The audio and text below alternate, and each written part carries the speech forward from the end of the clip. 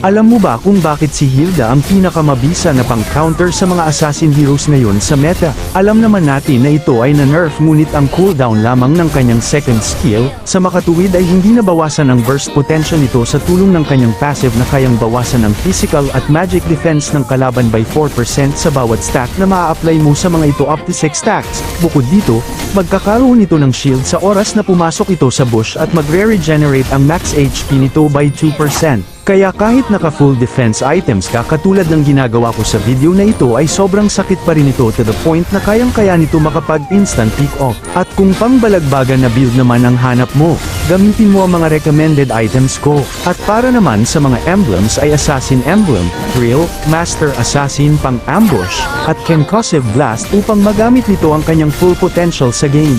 Don't forget to click the follow button para lagi kang updated sa mga tutorial videos na tiyak makaka-improve ng gameplay mo.